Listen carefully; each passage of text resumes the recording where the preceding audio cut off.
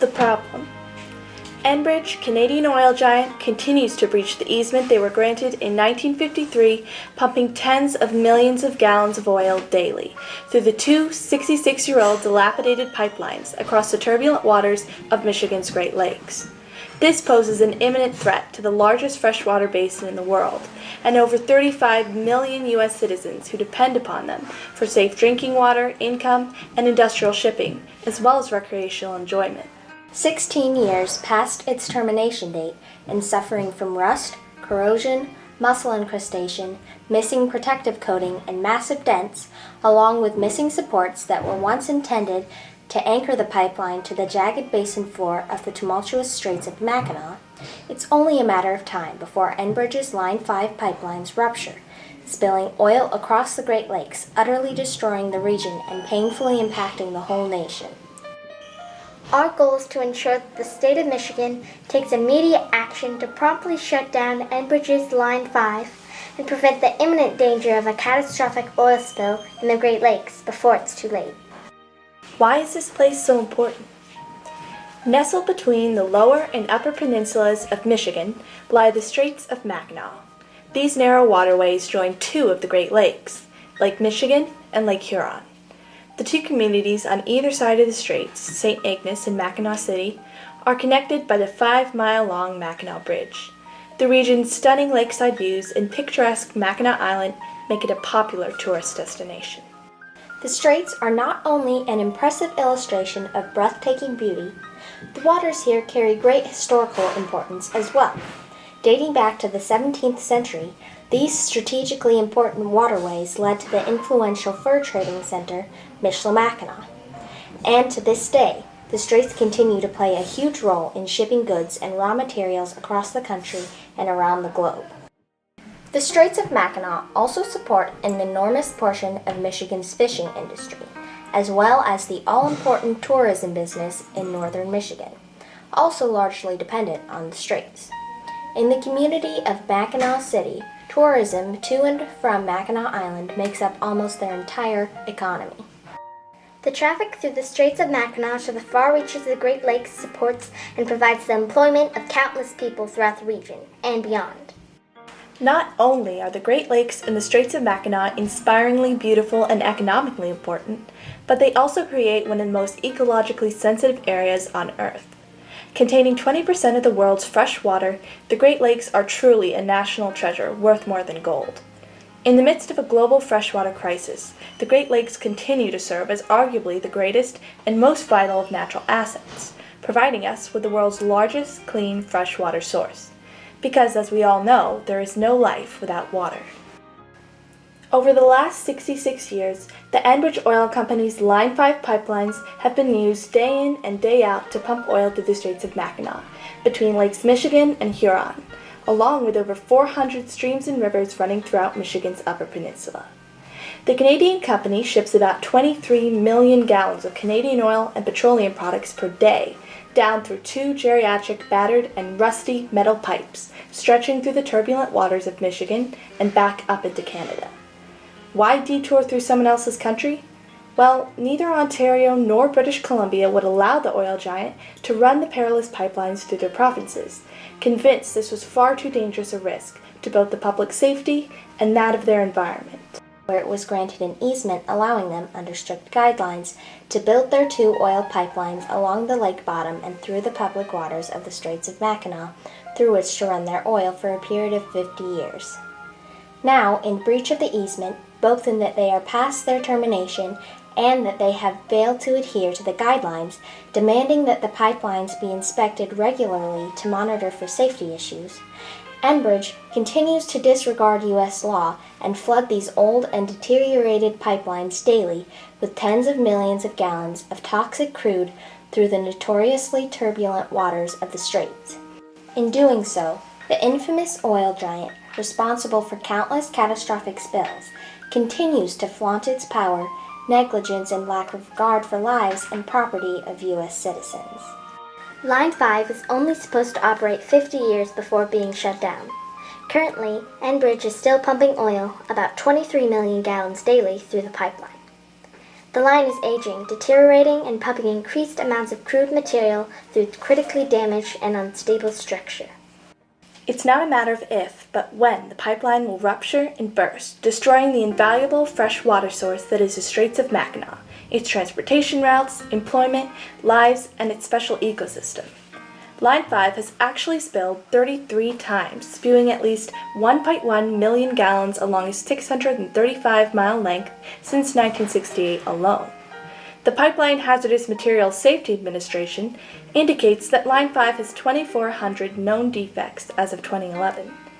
An oil spill in the Straits would result in devastation to not only the regional economy, but Michigan as a whole, as well as deeply affecting and destabilizing the national economy. The Canadian company has a history of spills, including the largest inland oil spill in the country, occurring in Kalamazoo, Michigan in 2010. 10 days prior to this rupture, Enbridge testified before Congress that they could detect an oil pipeline leak almost immediately.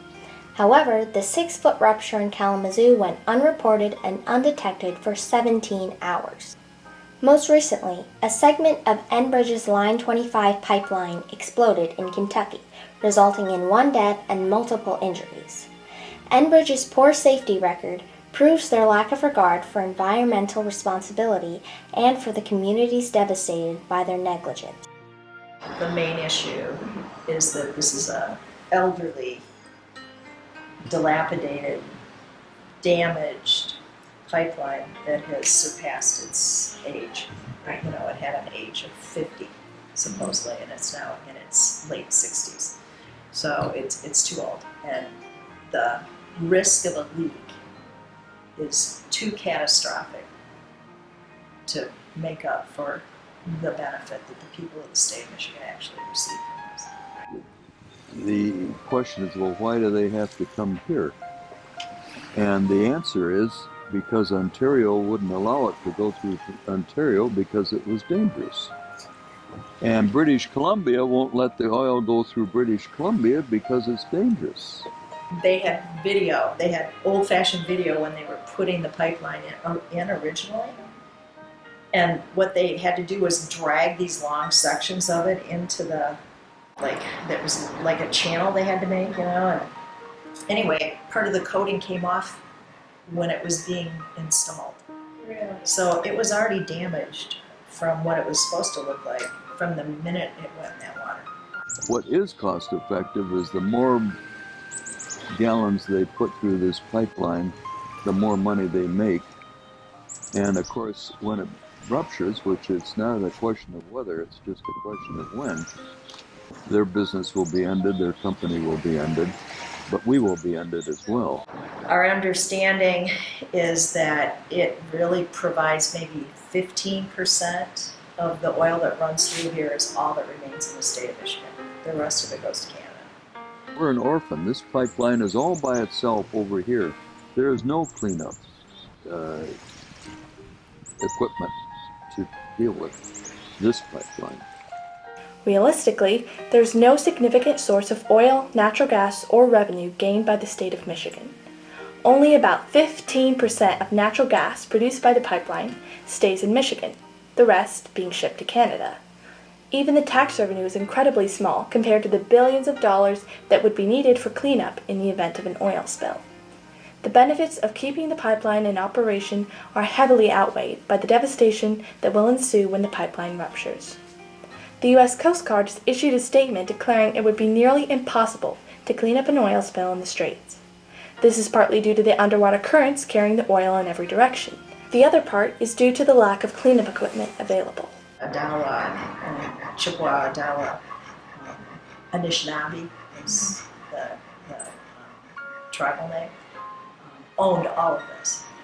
And so when Michigan was going to become a state, they went into a treaty with the United States government, basically ceding their land as long as they were able to get fishing rights, water rights. I mean, it was under duress. It wasn't like they really wanted to do it, but But they received the rights to maintain the lakes and to have access to the bounty of the lakes, including the bottomlands. There are countries in the world that have little to no access to clean drinking water. They don't even have access to dirty drinking water. They don't have water. India right now has regions that are suffering where there are literally millions of people that do not have drinking water. So we have gazillions of gallons of fresh, potable water. Not that I want to use that as an economic resource, but honestly, this is more valuable than oil. It's more valuable than gold. You cannot survive as a human without water. The Straits Area Alliance are relying on 2 engineers, one retired lifetime career at Dow Chemical. He's very skilled, and he's actually gone down and discovered some of the things that in that film that you've seen. That was him. Timm is his name. And then the other friend that I have, Dr. Jack Simon, is one of the world-renowned experts in metallurgical engineering. So he knows about the metal and how much stress can it stand. And because it's now a third off the bottom because of erosion, it's now open to the currents, and the currents are over twice stronger than the original designer anticipated or designed for.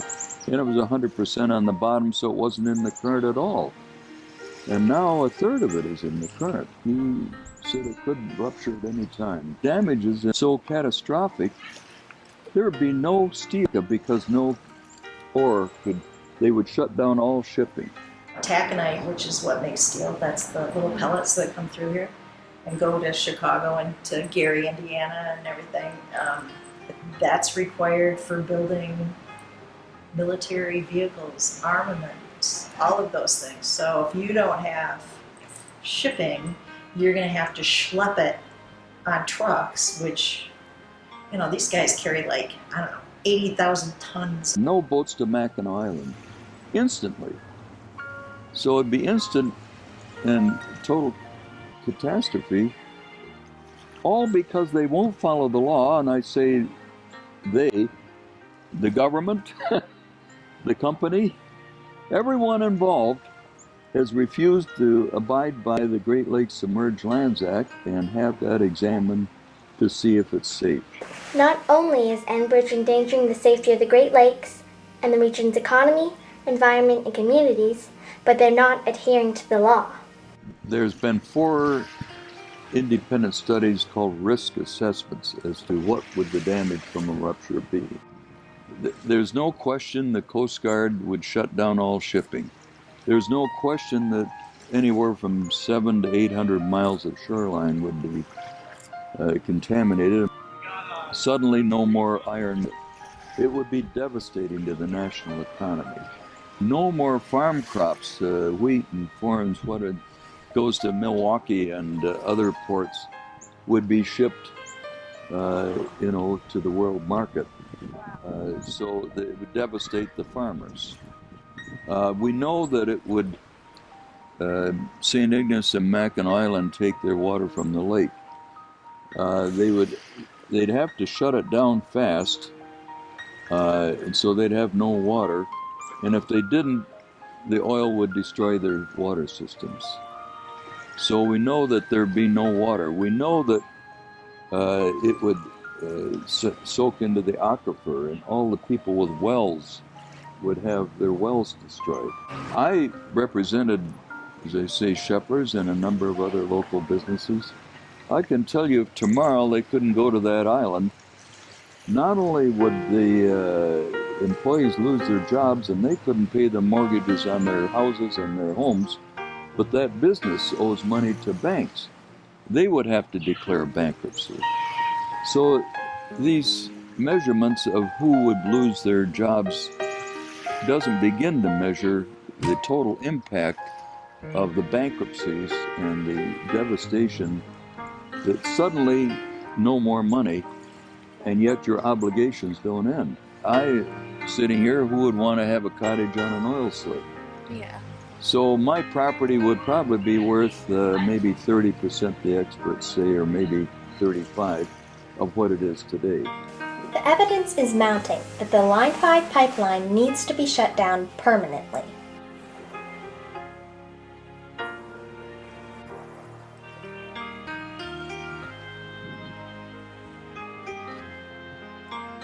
Shut down Line 5 now.